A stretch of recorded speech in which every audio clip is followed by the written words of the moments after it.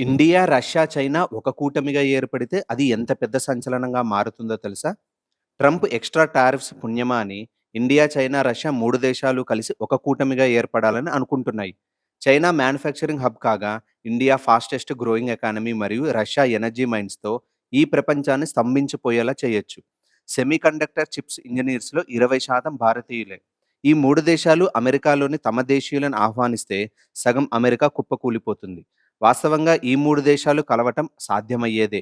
అయినా అది ఎన్ని రోజులనేదే అసలు సమస్య. ఎందుకంటే అమెరికా పన్నులు తగ్గించినా, లేదా చైనా మరోసారి ఇండియాకు హ్యాండ్ ఇచ్చినా, అదీ కాదంటే అమెరికా, చైనాకు లాభం వచ్చే పని చేసినా, ఈ 3 దేశాల కూటమి ఎక్కువ రోజులు ఉండకపోవచ్చు. తాము కుళ్ళిపోయినా పర్లేదు, తమతో పాటు పక్కవాడు కూడా కుళ్ళిపోవాలనే అమెరికా, యూరప్ చరిత్ర చూస్తే చైనా, ఇండియా, రష్యా కూటమి నిలబడటం కష్టమే అనిపిస్తుంది. మరిన్ని అప్డేట్స్ కోసం సబ్స్క్రైబ్ చేయండి.